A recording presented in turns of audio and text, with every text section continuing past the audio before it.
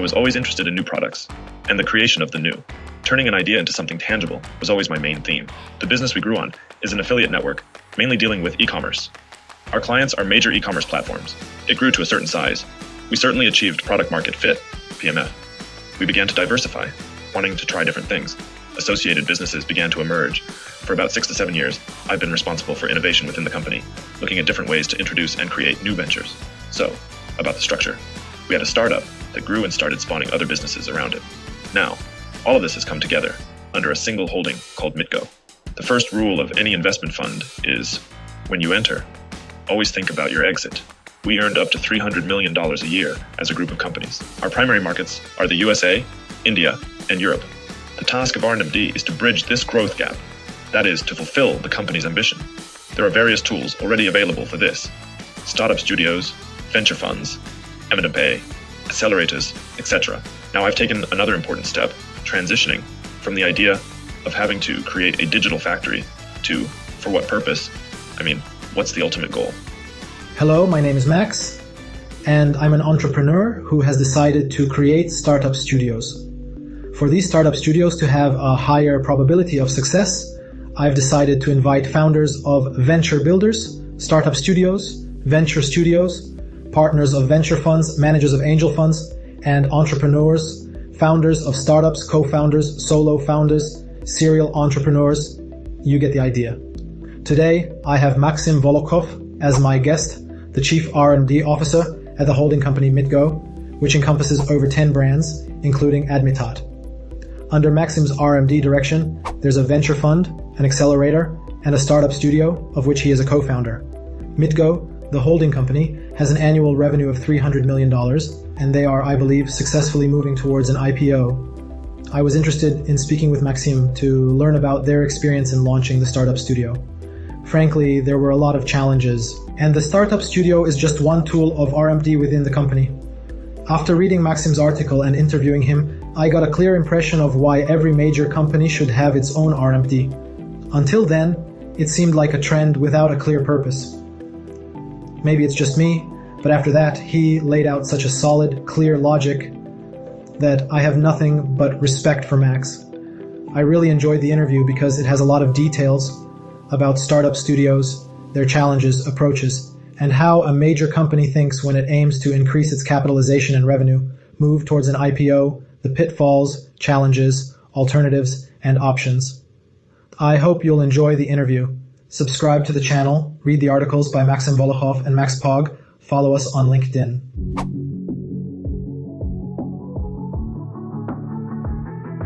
Hello Maxim, glad to welcome you to the podcast about startup studios and venture builders. You guys have an awesome startup studio, Admitat Projects, which is known throughout the Russian-speaking community. You were one of the first to set an example that many look up to. At least, I talk to various people involved with startup studios, and everyone names you as a reference. Currently, you have a parent company, Mitgo Holding, which brings together several brands. Can you first explain the structure of your company, its divisions, and generally talk about your business? Okay, thanks for having me. I'll be happy if anything we discuss today helps someone.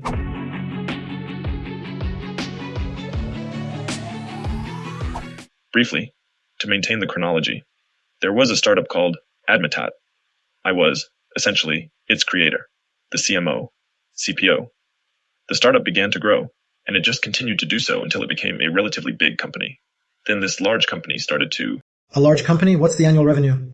Well, large is relative. For us, it was big, especially when compared to the zero we started with. Around $200 million perhaps in annual revenue, something like that. Anyway, it grew to a certain size. We certainly achieved product market fit, PMF. We began to diversify, wanting to try different things. Associated businesses began to emerge. For about 6 to 7 years, I've been responsible for innovation within the company, looking at different ways to introduce and create new ventures. So, about the structure. We had a startup that grew and started spawning other businesses around it. Now, all of this has come together under a single holding called Mitgo. In our case, when talking about innovations and startup studios, this was our journey. We first created new business units while being inside the company. We then spun off into a separate entity, like a startup studio, and interacted with the main company more as an investor. Later, we came together again. The idea at that time was to move towards an IPO within a few years. so we wanted it to be a unified entity. Alongside this, we had an investment fund, a classic corporate venture capital, CVC fund. Gradually, our innovation tools now include a corporate venture fund, a startup studio, an accelerator, occasional mergers and acquisitions, M&A of companies. We also have something called a venture client. It's not very well known or popular yet, but we use it. It's a process where you systematically purchase services from startups in the market. So these are bulk purchases of startup services and their distribution among clients? When you start, you first approach the heads of business units within the company. You ask them about their pain points, see what backlogs they have, and then you look in the market for ready-made solutions that address these issues. It's a way to bring more innovation into the company without buying or investing, just collaborating with them on various terms. It's what people often do on their own, but here it's built as a process on steroids. And meanwhile, there's your company Mitgo. So I assume that Admitad Projects is one direction and there are others. Admitad, is it the largest company in the group? Yes, there's some confusion about that. We got everyone confused. Admitad is the name of the first company, the first startup that grew. So initially, everything was named around Admitad. For example, there was Admitad Projects as a startup studio that creates projects. Now we've decided that we will name it Mitgo, and each business has its own names. So now we are trying to distinguish them. Essentially, yes, it's one company. Admitad Projects was a startup studio within the Admitad Corporation, now called Mitgo. Is the main business traffic arbitrage and CPA? What else is part of the main business and what generates revenue? The core business is an affiliate network. Currently, it's less than half or around half of the total revenue of the holding. The business we grew on is an affiliate network, mainly dealing with e-commerce. Our clients are major e-commerce platforms like ASOS, Booking.com, AliExpress, Shein, etc. Any large online stores. Also banks, online games. We've never ventured health products. Often there's confusion, like if it's CPA, then they sell creams. That's not our niche. I have nothing against it, but no. We've always been primarily in e-commerce. And the second half of the revenue comes from various products? Or what are the main products? Holdings? Yes, it's a mix of different products. It's also more of an affiliate program. While Admitad primarily works on a revenue share or cost per sale model, we also have CPTC, which is cost per click. And there's much more, which is still less known. Where is the main revenue generated? In Germany, the USA, or which markets? Our company is originally German. It was founded in Germany, and the main owner is a German citizen. This has never changed. However, the markets we operate in are diverse. Today, our primary markets are the USA, India, and Europe. There was a time when the CIS market was key for us. That hasn't been the case for about 3 years. We aimed to reduce our dependence on a single market, and we've largely achieved that goal over the last 3 years.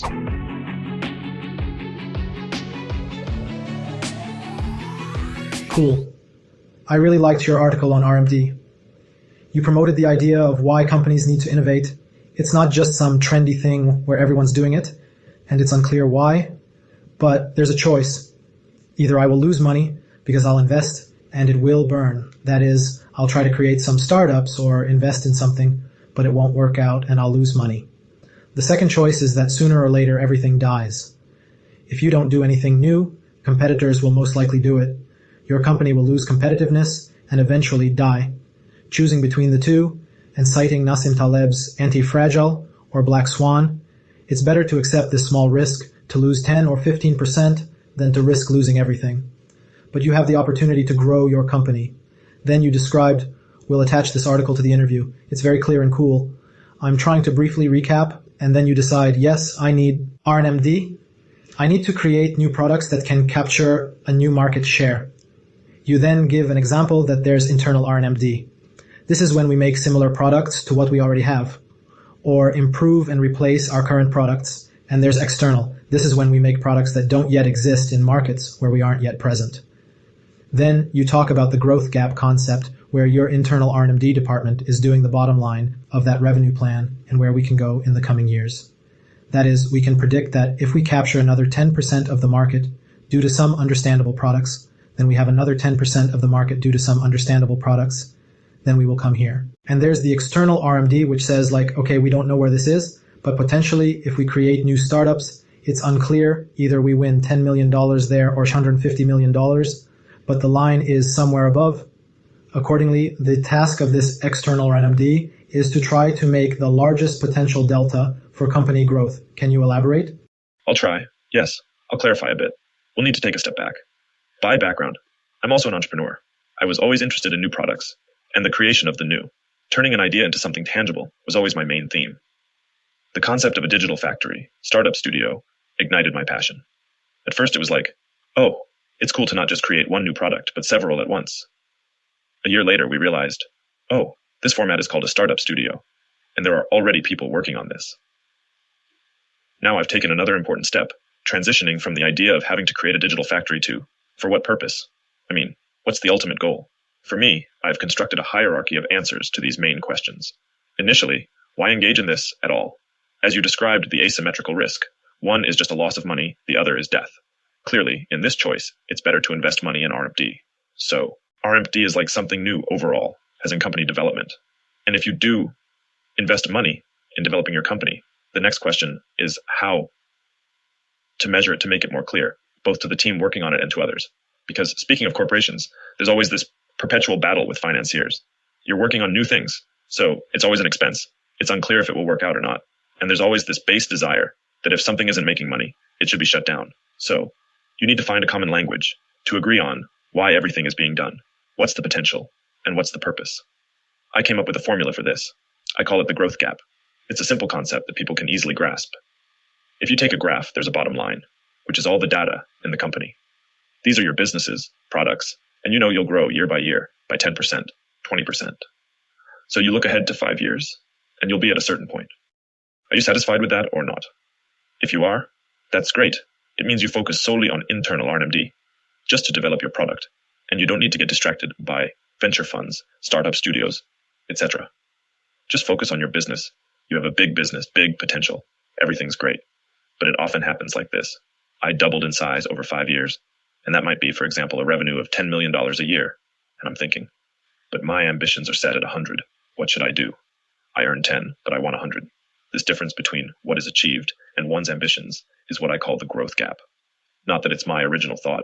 Like all great ideas, it was probably borrowed from somewhere. And the task of R&D is to bridge this growth gap, that is, to fulfill the company's ambition. There are various tools already available for this: startup studios, venture funds, M&A, accelerators, etc. Yes, and that's why my current task isn't just to build a startup studio. A startup studio is a tool alongside other R&D tools, which should bridge this growth gap. In your article, you gave an example that, let's say we invest $50 million and get 60 in terms of sales from a venture fund or from some sort of exit, or we invest $10 million and get 20 million in a startup studio. Was it your intention to imply that as if investing in a startup studio is harder, but the return is greater, while it's easier to invest in a venture fund, but the return is less? And do you think it's possible to scale the activities of a startup studio or the creation of equity from scratch when it's the cheapest and offers the highest return? Yes, of course. We could delve deeply into each point for hours, but let's try to address them at a high level for now. Speaking of fresh insights, about which I presumably haven't yet written an article, I write articles primarily for the community, following the payback to community principle, as a way to say thank you to the people who once helped me by sharing their knowledge. Secondly, writing helps me structure my own thoughts and solidify important milestones for myself. From my recent realizations that I've yet to document, I've come to understand that all business boils down to two functions: asset acquisition and asset management. Whether you're creating, buying, or investing, ultimately, you're adding a new asset to your portfolio. The difference lies in the percentage of ownership, which can range from 0 to 100%, and consequently, your level of responsibility for its fate ranges similarly.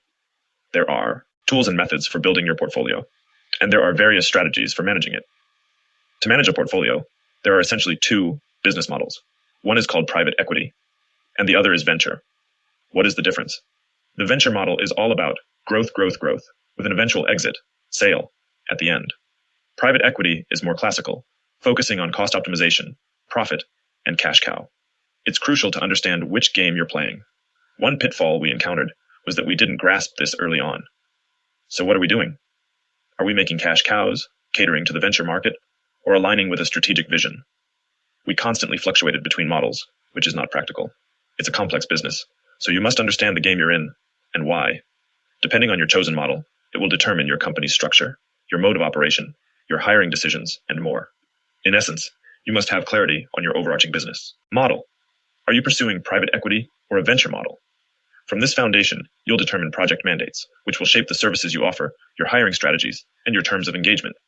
After laying this groundwork, then you can delve into day-to-day operations. These foundational decisions are costly and have long-lasting consequences. If made incorrectly at the start, they can be challenging to change later on. Moving on, the niche we're discussing is high risk.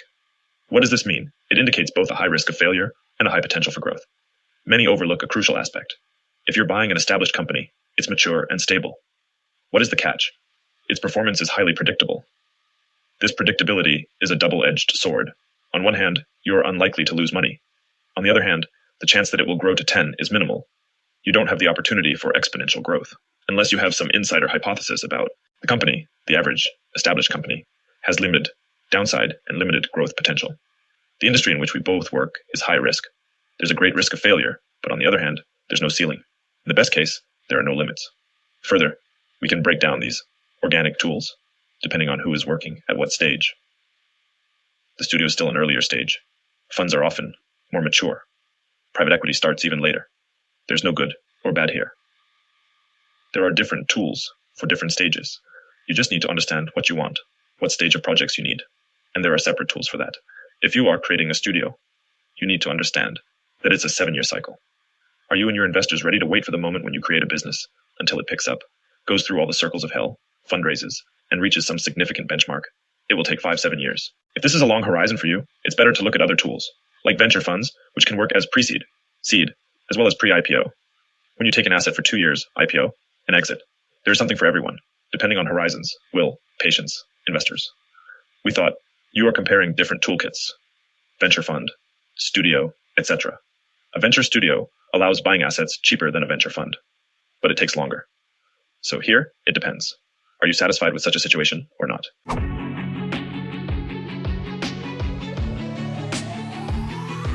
How do you make decisions? What are your goals? If your goal is IPO, then what is needed for that? How do you make decisions about which R&D tools you use?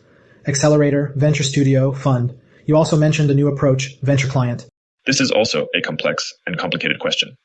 IPO was the goal, and it remains. Just now, much is happening in the world, so some variables are changing. We ourselves have proved that we don't know how we will achieve this goal. Specifically, will we go out as a single holding, or take some separate businesses and individually go public with them? It's still in question. Based on this, your strategy of what projects you need changes. R&D is a tool that allows you to close the growth gap, increase the potential of a unit. You fulfill the order of the holding, its certain tasks. You fulfill the tasks of the business unit, then its different tasks. We are still at the stage that we want to fulfill the tasks of our largest business units, so that the company was bigger, more stable, richer, and accordingly you had more options for future development. Depending on how macro factors shift, you could adapt.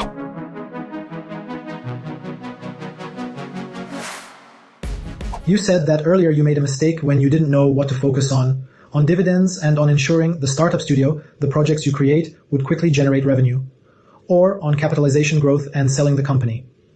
Can you explain your thought process, what conflicts you had, and what conclusions you drew from it? How does this align with your goals? When should one focus on dividends, and when should one aim for an exit? What are your thoughts? The first piece of advice, perhaps, for anyone wanting to set up a startup studio is to keep it very niche. One mistake we made was, initially, having multiple verticals that we pushed and supported. That's not the right approach. What's the essence of a startup studio? It's that you have shared resources that can be divided, but if you adapt them for all the companies, you end up offering less value per company than if they were all in one industry, accumulating expertise in just that niche. So, the first piece of advice, focus on a single industry where services accumulate expertise only in that domain. Don't diversify. If you're a large company or investor, create 3 separate startup studios, different teams, all distinct. Don't try to combine them. Understand the mandate clearly, what we do, why, and for what reason. There's no one-size-fits-all. Consider your current situation. Understand your strengths, weaknesses, contacts, networks. Perhaps you have specific strategies in mind. Know who's willing to buy, understand if you're good at fundraising, and construct your mandate from these pieces. For me, I knew I could fundraise. That's why the venture model is closer to my approach. Given it's a venture model, I would identify which niches I expect will grow at a venture rate, at least 3x year on year. Then you know what services are needed and in which niche. Our mistakes were because we didn't understand this from the beginning, and we tried to adjust on the go. It's always costly, lengthy, and complicated. For instance, when we first started. At one point, our mandate was to create projects only from Eastern Europe. Then, around 2020, we shifted to focus solely on international projects. Making such a shift might seem easy, but in reality, it's complicated. Many things change fundamentally. We made several such decisions on the fly, and they all turned out to be costly. So, if someone is starting a startup studio, 80% of success comes from thoroughly understanding the mandate before diving in. What, why, and how. Everything else is genuinely secondary. Creating projects is not difficult. Our industry has learned how to do that. The simplest thing is to get developers to write some code. No project ever failed because people couldn't code. They always can. But truly understanding your business model and why you're heading in that direction, that's where you should invest time and resources. It's essential to figure this out. Is mandate what you call a strategy or thesis? An investment thesis or mandate is the limitations you set for yourself. What I do includes this, and this, but not that. Regarding revenue versus capitalization growth, how did you decide? Our approach changed over time. Why? Initially, we decided to create a cash cow. All right, we made a cash cow. At that point, the company naturally grows. So you find yourself in a dilemma where you have a business that perhaps earns $100,000 a month. Of course, that's good. But at the same time, your main business earns $10 million a month. You start wondering why you're diverting your attention to these smaller, unclear projects. It's not interesting. You start looking for something more venture-like, with more growth potential. Shifting focus becomes painful, costly, and lengthy.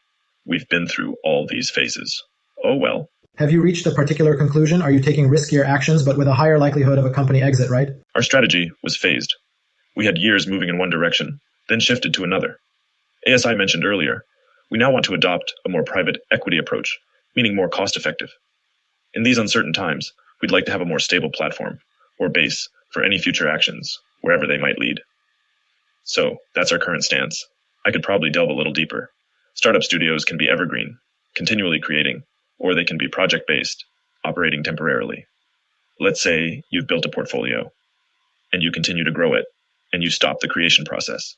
The costliest part is often the beginning, going from an idea to seed rounds for your projects. We have a venture fund portfolio, and we've also developed our own internal products.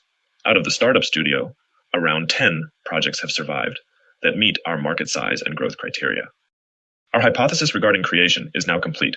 We're transitioning to portfolio management to see where this all leads.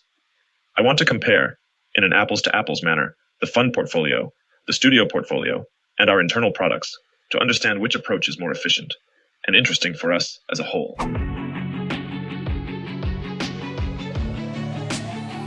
So when we talked about focus, I 100% support the idea that it's easier for you to pitch to investors if you clearly demonstrate your expertise in a particular segment. My dream is that every startup studio could say, in about 3 years, we are the best in the world at building these types of startups because we've assembled a team that understands this and we've attracted advisors and entrepreneurs who are focused in this direction. But how narrow do you think one can go? And what's the absolute narrowest focus? For instance, B2B SaaS sounds very broad. We cater to all business-to-business software needs. How can you narrow it down? And where's the limit before it becomes difficult to find projects with a large market potential? Well, again, it depends on your goals. If you want to create businesses for yourself, say, using the startup studio as a tool to discover a business that you'll then run, there's often a situation where a startup studio initiates 5 projects, one of which performs better than the others.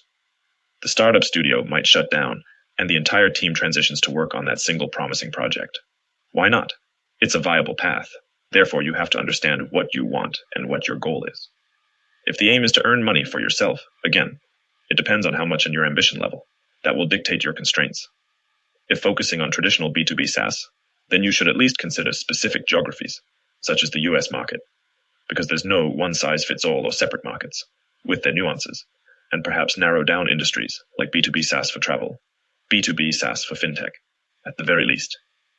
That should, on average, provide a reasonable boundary for focus. We made a mistake. Since we are a corporate startup studio, we do projects for our corporation, and that's good. However, we had a restriction against bringing in external funding for our projects. We have a single investor, which ensures there's no conflict, where one fund might have one interest and the corporation another. There might be instances where this formula works, but generally speaking, external capital is beneficial.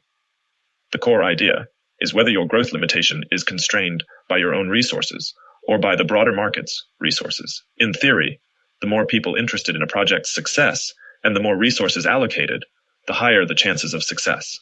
Therefore, if tools can attract more people and more resources to a project, it increases rather than decreases the chances of success. So it's better to, from day one, establish connections with funds and other corporations. If within a corporation, joint ventures can be a format to co-invest, it's good. Also, as you mentioned, specialized startup studios. I share the opinion that the future, as I see it, lies with highly specialized startup studios. This trend is even broader. I don't remember the exact term, but looking at accelerators as an example, the idea of we cater to everything has mostly broken down. Those general accelerators are now viewed rather skeptically. But what works? Accelerators with a tight focus.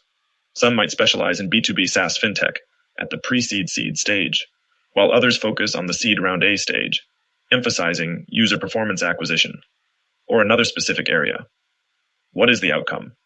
You can launch your startup from a studio, incubator, or corporation and put it through this chain of accelerators. At each stage, it gains necessary expertise, some amount of funding, and continuously transitions from one accelerator to another, elevating its competence. It's like climbing steps. It's beneficial for its development. And additional resources get infused. For investors, it's clear for due diligence because it's always under close scrutiny. Everything is transparent.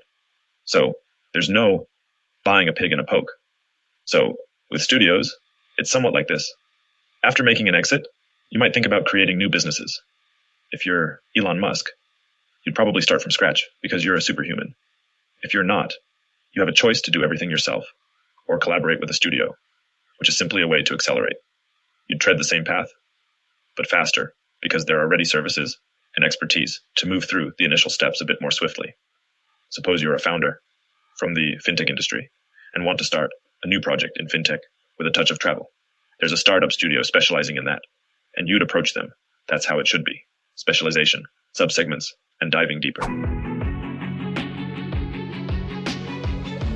Have I understood correctly that you've chosen a format where startup studios are a relatively long tool for creating either significant company value, which can be sold to grow the main company, or it's challenging for startups coming out of these studios to reach a revenue level that would also provide significant growth?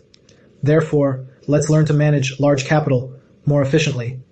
And it seems to me it might be a natural progression where a startup studio tries to create with smaller capital from scratch with the cheapest equity. As more money becomes available, you can establish a venture fund and invest smaller checks. If this proves successful, you end up with a considerable fund volume, and you start thinking, how can I make a safe 15% annual return? And you move to private equity, right? You simply can't disperse a vast amount of money in startup studios because it's a very minute process, starting from zero and taking a long time. You could create 50 focused startup studios, ensuring each of them grows. So if I have grasped the logic correctly, Yes, that's how it works. later stages are better and capital management becomes less risky. What's very important in business management is that there are things that can be removed from the equation, and there are things that can't be removed. The things that definitely can't be removed are the understanding of point A, which is some connection to reality. Who you are, where you are, current metrics, anything. Point B, as a certain goal you're heading towards, can't be removed either. Therefore, everything starts with you, clearly understanding who you are, and what you have. For instance, if you're already a large corporation with a lot of money, you might think, okay, I'll allocate a part of my portfolio to M&A, invest 20% in the expansion of current units into new geographies. And then 20% of the budget for high risk, which might include 2 specialized funds and 3 startup studios, each with its specialization. Or the other way around, if you're still a beginning company.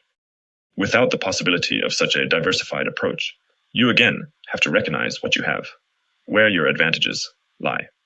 I don't particularly like the term smart invest, but what does it explain well? Money is more or less the same for everyone, so the difference lies in what you can offer besides money. Because in a competition between $2 million, the one that offers something additional, the so-called smart part, will prevail. So You need to understand what your smart is, where it's grounded, and maximize its utilization. From there, it depends. It might be M&M pay for you. Perhaps you can cleverly make acquisitions, or you're good at selecting people, effectively appointing an SEO, or you can adeptly change a marketing team. In such a case, you're destined for M&A, identifying those with poor market performance. Replace their market strategy with yours. Boost, grow. All is good. On the contrary, if you're good at creating new businesses, a startup studio for instance, then that's great. Build a portfolio and then fundraise for it. So, unfortunately, there are no universal pieces of advice. One must understand one's current situation, which is the point where you are and what you have. Everyone always has something. It's crucial not to be afraid of that and recognize it, and most importantly, not to deceive oneself. We too had projects like, for instance, the Shopify platform. A great platform, growing rapidly. Everything's good. We thought, we need to dive into it. We made 1 or 2 projects in that direction, and everything was fine. We were even seeing some growth. But then, you start catching yourself thinking, what do we possess that will enable us to succeed in this market? Is our team better than the competitors? Not really. They're good, but not significantly better. Do we have much more money than American funds investing in the same market? Again, not really. Do we know some hacks? Again, no. So, what's our game plan? What advantage do we intend to capitalize on? If there's no answer, maybe it's better not to fool yourself. Yes, there are current metrics. We might not know why, but our metrics are growing. That's another issue.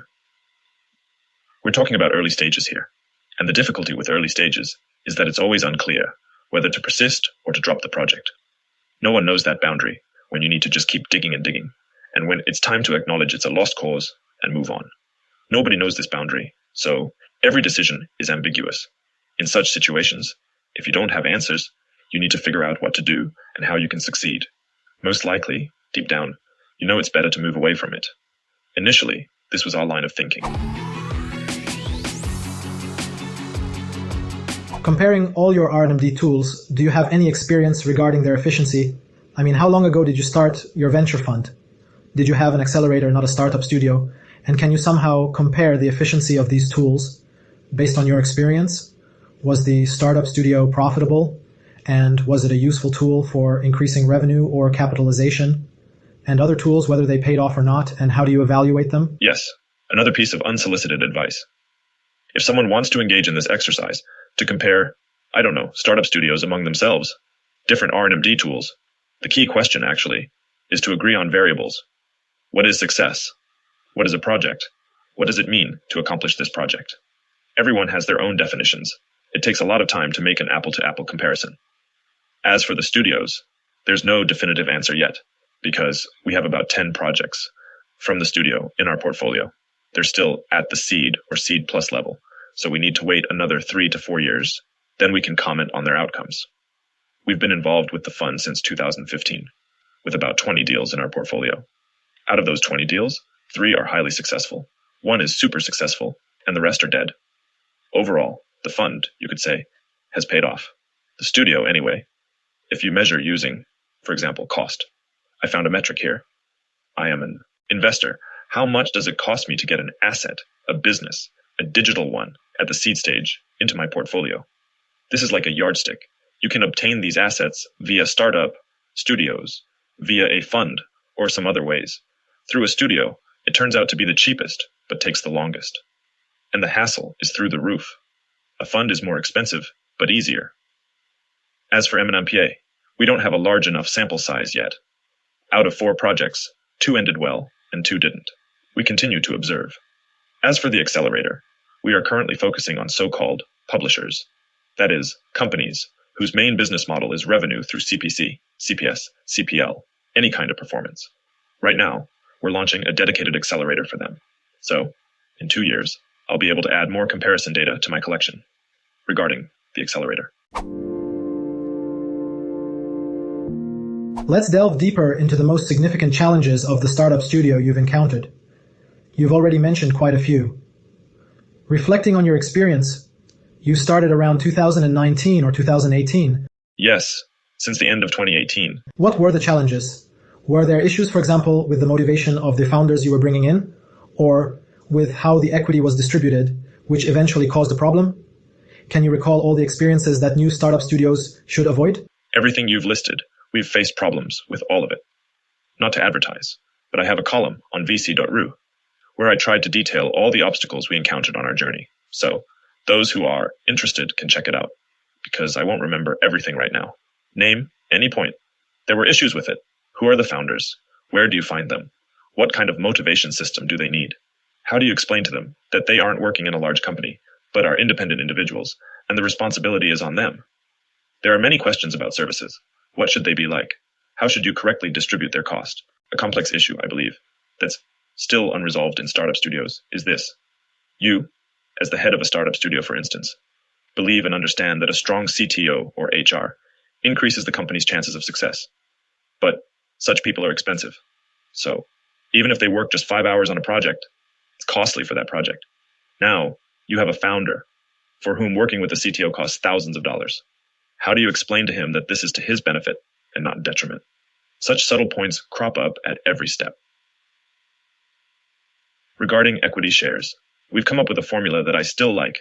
It states that the size of the equity share corresponds to the degree of responsibility for success. That is, if you own 80% of the company, it means you are 80% responsible for its success. This helps put everything in its place, clarifying who is responsible for what. We've done it this way, and we've observed other studios do the same. Yes, we take a large share, but then we expect that the founder will now do everything for us. Or vice versa, you have a 5% share, but the founder expects, why aren't you helping? You should be full-time. 20 people should work only on my project, and that's it. These are all things that need to be discussed up front. Advice is good, but it's hard to learn this. Until you go through it, you don't understand what will be challenging for you, unfortunately. Again, it's like with children. I don't know if you have any, but the advice of grandparents is good. Still, every child is different, and rarely does one piece of advice fit all. It's the same here. That is, I can say whatever I want, but you will have different people, a different configuration, a different geography. Everything will be different, and it won't match up. But there are some basic things, some general aspects of the model. Let me share what I've learned while talking to startup studio founders, say about attracting co-founders. Firstly, it's hard, if not impossible, to attract super successful entrepreneurs who've had exits or have built a large business. I mean, why would they join a startup studio if they can do it on their own and they have a line of funds ready to give them money right from the start just to begin collaborating with them? Well, I'll just make immediate comments on your statement. I agree, but here we return to the specialization issue. That is, if you can explain that you have a specialization and you can accelerate their progress by X2, then it's fine. Then it's possible. So yes, right now I'm communicating with potential co-founders for the studio. I have posted an article and received many responses. Then I set up a sort of sandbox, several groups, where people consider themselves as potential co-founders for the startup studio. I try very hard to convey this thought that one needs to really focus and choose a narrow niche, because around this narrow focus, you can then look for founders. Investments become easier, expertise can be developed, and the startup studio effect is greater. Yes, because you've accumulated experience and can more easily launch projects of this kind. Accordingly, first, there are super cool founders whom you genuinely need to, persuade for several years that you are creating the best project in a particular field to then attract top-notch founders. Let's make a remark right away so that people understand how this works in practice. All of this is entirely true until your startup studio operates on a venture model. If you work, for instance, on a cash cow model, and we've done that, and it genuinely works, you can take less qualified founders, not necessarily superstars, and because you have skilled people in the administration, it compensates. But this will not be a venture model, because in this model, you don't need to fundraise. And when you do go fundraising, they give money not to the startup studio, but to the founder. Hence, you need a strong one, capable of fundraising. But if there's no task to fundraise, then you can work with not the very top people. Yes. Accordingly, the first point was about how challenging it is to attract people. The second is about entrepreneurs who had experience in bootstrap businesses or venture businesses, but it closed down. These are people with an entrepreneurial mindset who feel like they own a business, but didn't build a big one. And they think, oh, the studio offers great value, I'll collaborate with them.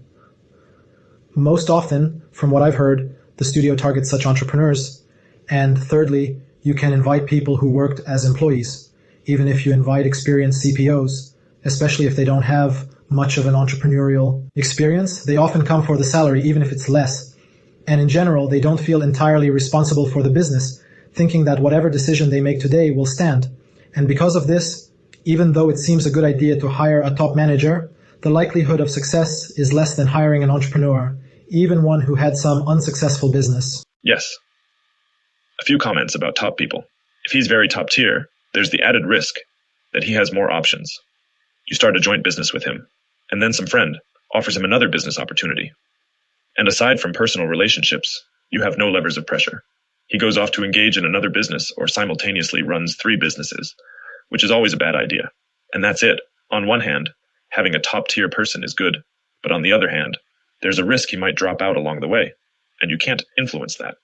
Undoubtedly, the best are considered to be founders, those who have already done businesses, whether successfully or not, but went through the journey. Yes, there are many of them, and again, you need to understand what worked for them and what didn't, because there's usually a lot of noise in the data, and many people who are good at selling themselves in interviews, and that's all. We had many of such people too, probably around 200 co-founders, whom we later had to let go or part ways with. Oh, did you say 200 or? Between it. Wow, impressive. So you had... We had a big funnel. We worked a bit differently than many others. Often there's a startup studio, more classical, perhaps like the one you described, where they research into teams and then launch 1-2 projects a year. They really commit to each project, not more. It's fine. It works too. But we thought we were clever. We wanted to do it even better. We had another idea, to have as broad a funnel as possible and try to start from there. Wherever there's traction or data, you can continue. So between 2019 and 2021, we tested around 100 ideas each year, meaning we had around 20 companies in our portfolio that were growing simultaneously. So in a year, there were 10-20 companies at different stages in our portfolio. It's really tough, again, from experience. Having 10 seems to be the limit. When you have more than 10 projects, the system starts to break, especially when projects are at different stages, facing different challenges. The entropy level just explodes. Therefore, there's a fundamental need to know when to stop, because in the long run, the system doesn't scale. You need to have a certain point when you exit. Knowing all these aspects when dealing with founders is crucial. For instance, if you're setting up a studio in the CIS, people are usually technically skilled and good at product design, but weak in sales. In the West, on the contrary, they're good at sales, but product development is more challenging and expensive. Hence, when we recruited founders in Eastern Europe, we took them from former sales roles and then trained them further to become co-founders. That was our funnel. Rather than looking at resumes, which we tried but didn't work well for us, we explored various ways of attracting founders. Regarding superstars, for reasons I mentioned earlier, I really like this approach because we have our vision. We're a corporation with our strategy. We exert influence on a project to ensure it aligns with the company's interests. The more independent a person is, the harder it becomes to reach an agreement. So we leaned more towards having strong people on our team who could fill any knowledge gaps the co-founders might have. Then the question is, where and how to find them? We tried various options. For us, the most effective was bringing co-founders in through work in studio services. And you can get into these services in various ways, even just through resumes. People whom we felt could potentially be our co-founders were recruited from former sales roles. That's how we did it. Interesting experience, indeed. I was thinking, if one were to focus on the USA or Europe for a startup studio, you could potentially even partner up a CTO who is located, I don't know, in Portugal or Turkey, and then take a CEO from the USA or Europe. The sales school is developed in the US, right? You see, in this configuration, you're likely covering the development aspect, right? Eastern Europe is great for that. More affordable, more professional. Even for sales, you can have your expertise and studio services covered there. What you need to emphasize is having a CEO who is understandable and able to raise funds from the investment community, because the US market is all about aggressive fundraising. This means your primary focus should be ensuring that the CEO can navigate through 100 funds and have a good conversion rate. I can't recall if it was at our GSSN bootcamp where someone mentioned giving an example about how to determine if we want a particular co-founder for our startup. You should the question, is he fundable? Yes, absolutely. This comes up frequently. Given your context, your starting point, If you're operating with a venture business model in the US market, then yes, it's absolutely crucial. If you're in a different situation, then such advice could be harmful to you. I spoke with Vadim Ananyev, and he mentioned that there's this one question you can ask someone to determine if they're suitable for the role of CEO. The question is, tell me about the coolest hacks in business that you've implemented. Essentially, if someone in their experience has tackled a very challenging task and came up with something unconventional, and that idea grew the business or transformed an idea into a profitable business, then this means that the person is an entrepreneur at heart. It indicates that they are ready to seek clever or unconventional solutions, not necessarily sneaky ones, but unconventional approaches that most people overlook, which leads to the business becoming successful. Well, it's one of those working hypotheses that needs to be tested. We just have to remember to verify this data, to determine its accuracy and its repeatability. There's this thing called a one-trick pony, where something worked once, some hack, and you try to apply it everywhere. Unfortunately, that can happen too.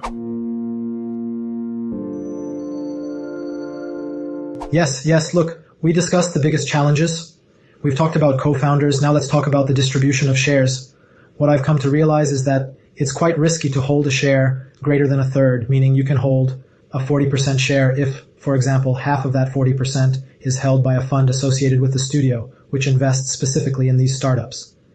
Then you can explain to the next potential venture funds that, look, we have a startup studio co-founder first, which has a lot of services that over the course of, let's say, 1.5 to 2 years, the startup studio actively invests resources and works on it to achieve significant sales and attract external investments. But if it's more than 40%, typically the startup will already be for sale. If it has its source of financing, so its fund is ready to finance it up to the exit without attracting external investments, or it's some cash cow model where we don't care about attracting external investments, we can grow in our model because if the share is more than 30 to 40%, you have to put in a lot of effort to explain to each investor what a startup studio is, why it takes a larger share, and, well, this often raises a red flag that someone holds a large share who, after some time, won't actively participate in its development. Well, accordingly, I think that a startup studio should somehow plan its work if it holds up to 33% of the shares. For example, there's a startup studio called eFounders, which currently has a model where the studio has 33%, the CEO has 33%, and the CTO has 33%. There's also Builders, another studio in Europe, which also follows a model of 33% for each of the three parties. However, it seems to me that if you slightly reduce your share, but focus on a niche segment, say reaching sales faster and helping the startup attract external investments faster, and that's your value proposition. Perhaps you could build a model with a smaller share, but the startup can then attract investments. What were your thoughts on the share distribution? I feel that a model where the company holds 80% or even 50% of the shares is more like launching subsidiary projects. We just try to motivate the person who manages it. Yes, well, what you're saying is correct, but the main thing is to understand from the start what your business model is and what you're doing. If we're talking about a venture model, we'll come back to that later. If your model is more corporate, and niches that are definitely successful, and your goal isn't to fundraise later on, but to have a team of people who are interested in growth, then 80% works perfectly fine. When we talk about the venture model, that's where things get tricky. The basic thing, the first rule of any investment fund is, when you enter, always think about your exit. And no one likes dead weight, meaning when there's some dead weight in the capital table that doesn't contribute to the project's development. And this is the risk of startup studios. Okay, I commit to providing services for 2 years. Again, at what cost and to what extent do you provide these services? If I scale, I need a lot of these services. Questions start arising that complicate the entire structure. Again, what specific services and functions are you committing to? If you cover a lot, the share is larger. If you're only doing 1 or 2 things, then the share should be less. Is it right or wrong? I don't know. But yes, if it's a venture model, then no more than 30%. The ones you mentioned, guys from Rotterdam, other European guys, those are big names. And the brand works a bit there because the studio's famous. They've had successful exits, etc. If it's a new startup studio without any of that, perhaps they should be a bit more modest. Again, it's good for relationship setting, like we take on 1, 2, 3 things, and these we don't. Therefore, yes, let our share be 10%. From that, you build your economy. With only 10%, you can't provide many services. We mentioned the risk in a startup studio. Now let's talk about the advantages of a startup studio. Often, if you're like a venture fund and you have some issue with the founder, replacing the founder is a very non-trivial task, and more often than not, it doesn't work. You simply write off the asset. In a startup studio, it's generally acceptable, when the terms are pre-agreed upon, for there to be vesting arrangements. If after a year, you realize that the founder isn't succeeding, you can amicably replace them with someone else. The departing founder retains a portion of shares that vested up to that point. But not all expertise rests on the founder. It's also distributed within the studio. So, you have the opportunity to replace the founder with someone more suitable. Maybe they're burned out, or they've reached a stage where they've exhausted their specialization, which is also fine. In the startup studio model, you have that flexibility, because one of the reasons businesses fail is the wrong founder. Either they're wrong because they lack competence, or they're simply exhausted, or any other reason. You see, like everything, there are pros and cons. The risks are that it's hard to explain to investors why such a share is held by the startup studio. But the advantages are that you somewhat hedge the founder risk. If we recall other problems, we've covered two major ones about the cap table and choosing founders.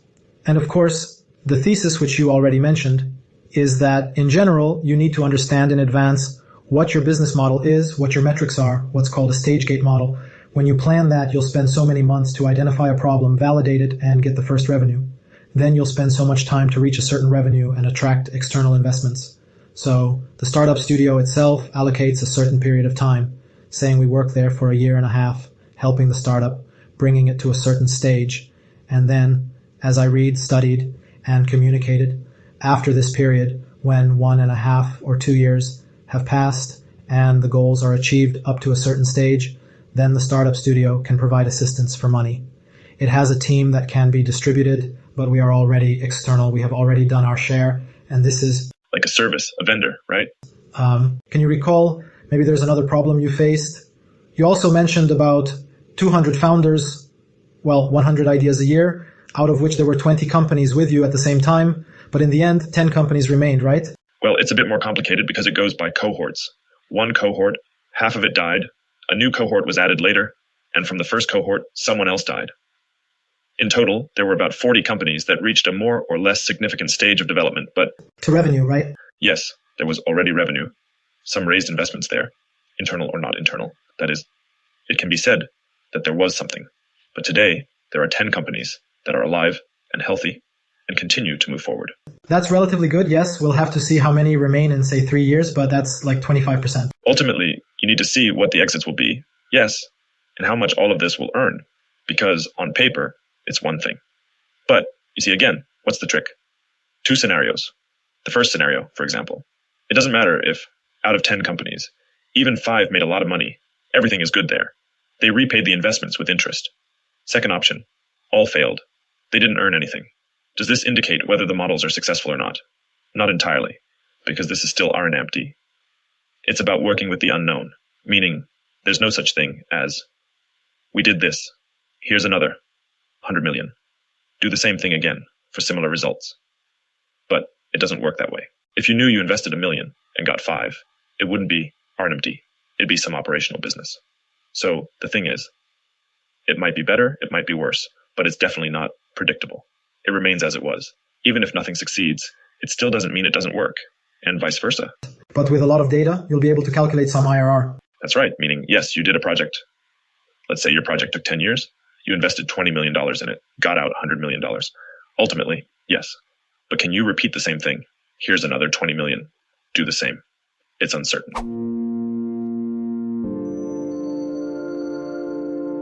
How do you achieve the first revenue? I don't know if you had any analytics. I know that GSSN in their report stated that their companies, first of all, you need to understand their report, which caught the attention of many people who became interested, possibly like me, in startup studios. They demonstrate that their studios have a 50% ARR, whereas typical startups have around 21% or a maximum of 30%, depending on different analysts taken. First of all, it's essential to understand that their sample is based on either 39 or around 50 startup studios in their community that provided data. They had a requirement to be included, meaning you had to have been operating for at least 2 years and invest at least, I think, $200,000 in each startup. Based on a particular sample, the startup studios compiled these statistics. They mentioned an average of 9 months from startup launch to revenue, based on analytics from 200 startups in their studios. Can you share any of your statistics on how to achieve sales faster and how to determine if a project has potential? At what point should it be abandoned if it doesn't work out, based on your experience? Well, starting with that data and those statistics, the main question is whether these calculations were made based on paper evaluations, or were they actual exits, where people genuinely received money in their accounts. I'm inclined to believe these are paper calculations, so I'd be slightly more skeptical and assume they might not be as rosy as they appear. But I agree that on average, if you have people systematically involved in some business, they will perform slightly better than those who approach it randomly, based on that logic. Regarding how to achieve results fastest, there probably isn't a single method. It varies too much. But in general, I would say that one shouldn't expect that a business, from idea to a somewhat significant answer about its viability, will take less than 1.5 years. That is, 9 months to a year and a half is a typical period. To make decisions, we simulate the venture market within our studio. Everything is the same. As in the regular venture market, you prepare a presentation for investors, you go to the investment committee, defend this presentation for your project, and receive the next stage of funding. It then proceeds in increments, more and more and more. I haven't encountered any other smart models. Ultimately, there are some people shown the data, and based on that data, these people have to make decisions, because the issue then becomes one of competence, experience, exposure, all combined.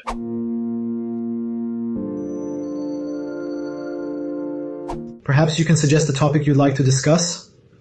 It doesn't have to focus solely on startup studios. It can be about startup studios, or even what's on your mind now, when you think about how to use money more efficiently to create more value, not only in R&D of startup studios, but also with other tools. Are there any other topics you'd like to explore? Well, the main thing I'm thinking about now is a mental model I've built for myself. First off, as we started discussing R&D, why engage in it? And subsequently, how to set the right goal for it and achieve that goal. Then I got sidetracked towards more generalized concepts, such as portfolio accumulation and portfolio management. And from there, what tools are available for enriching the portfolio with assets and how to enhance it.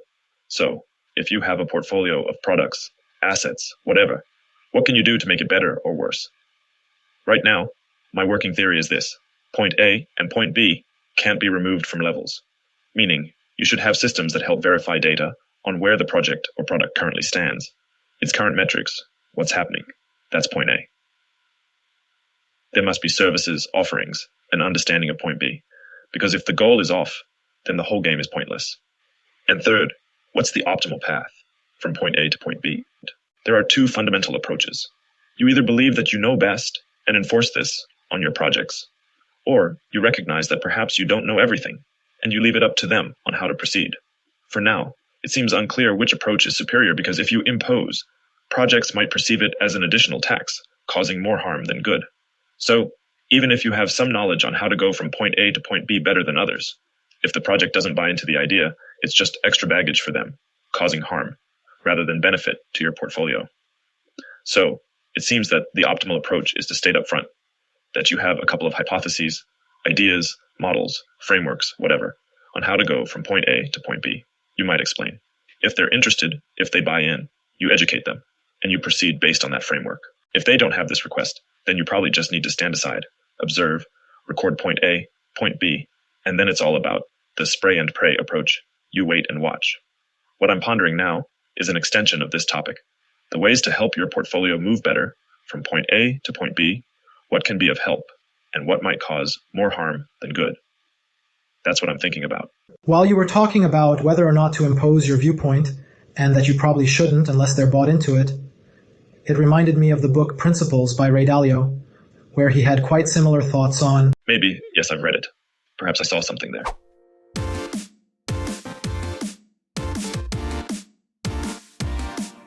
If you're willing to share, I can ask some questions related to figures, like whether you're growing year by year or not, what's your revenue, how you distribute profits or invest, basically anything related to, I don't know, the holding company. Directly comparing year-to-year numbers, I probably wouldn't discuss, especially with the ongoing geopolitical shifts, so it's not very relevant right now. But I can say that for now, we're developing using our own profits exclusively.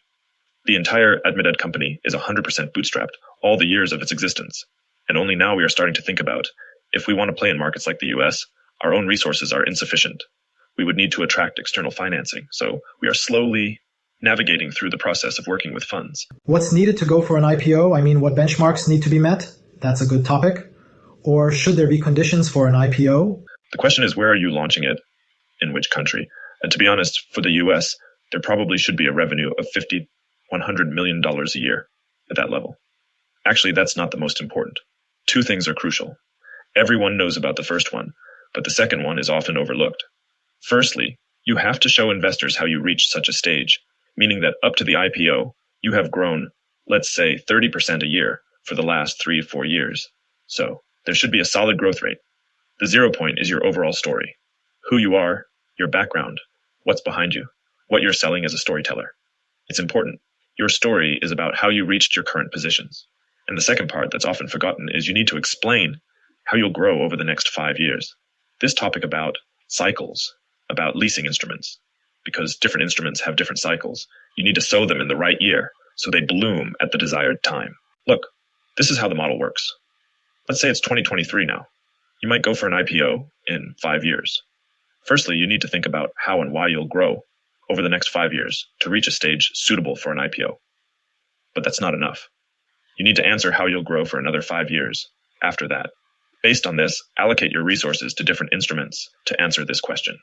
So you probably need to launch another startup studio in 3 years, another micro fund, seed a couple of new projects, buy some company. A year after the IPO, maybe 2 more funds, 2 more studios.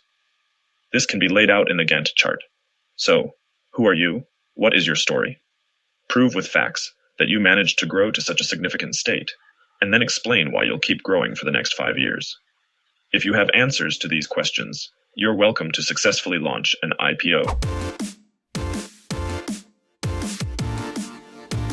For our catching cover, we will need the annual revenue figure of your company. We earned up to $300 million a year as a group of companies. Awesome. Max, thank you so much for the interview. It turned out really well. Understanding how a large company thinks when considering these tools for growth and capitalization, revenue, and that it's not just a startup studio, not just accelerators or a fund. These are just tools for the future prospects to keep growing. I really liked the logic you explained, and thank you for discussing the topic of startup studios and challenges. It was very interesting and useful for me, and I hope it will be for the viewers as well. Thank you very much for inviting me. Why is it interesting to engage in this endeavor? You're dealing with your future, or the future of your company. What's the catch? In just 2 years, it becomes your present. So you're not just dealing with the future, you're dealing with everything at once. It's cool, it's interesting. It's a challenging path, but very intriguing, which is why we're all here, for those who'll watch this sooner or later.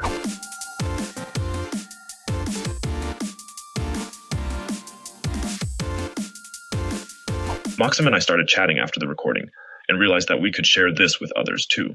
If I were to go through all of this again, and today I have the task to launch a startup studio, what would I do? There are 2 options. The first option is 90 to 10 in favor of the studio, where you clearly say that it's my responsibility.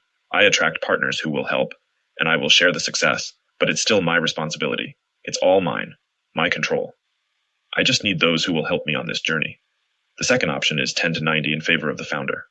1, 2, 3 functions that I perform. I did it for 1.5 years, and that's it. It doesn't matter anymore. Either a maximum light format, or, on the contrary, full immersion. All middle options increase entropy. It should be clearer and more understandable that I am fully involved in all this, and it's my responsibility. Or, on the contrary, light did 1, 2, 3 things and left. Interesting. There's a book called Venture Studios Demystified, and they present a model based probably on American data, the company's value, the value of exits, the likelihood of exits, the share that a startup studio has, and basically how to build a profitable model. In their model, they concluded that you break even if you have 10% in the startup studio. But if you have 20, 30, 40, you can earn some. To delve into the calculations, you just have to open the book and understand how they calculate everything and ask some questions. But yes, the logic is either I'm fully responsible for the business, or I do a thing or 2 or 3, but I try to find the coolest founders who will come to me because I provide the best support. Yes, you should have a clear, understandable, and simple offer. I don't promise you a guarantee of success, but I will address these 2 points because I know them and understand them well. For instance, I have a community. I can quickly connect people. I can assist with hiring, with marketing. I cover some function clearly. Or it's entirely my business. It's just such a model that I attract partners with whom we move forward together. But it's still clear who's in charge, who determines the strategy. There's no duality of it's your task, it's not your task. And it seems to correlate with the advice, I think, about the business models of separate businesses. Often, they say it's good to sell, either cheaply to the masses or with a high average check, B2B. Turns out, those who try to sell something in the middle for $1,000 are the ones who suffer the most. They're neither here nor there. On a larger scale, the same applies to studios.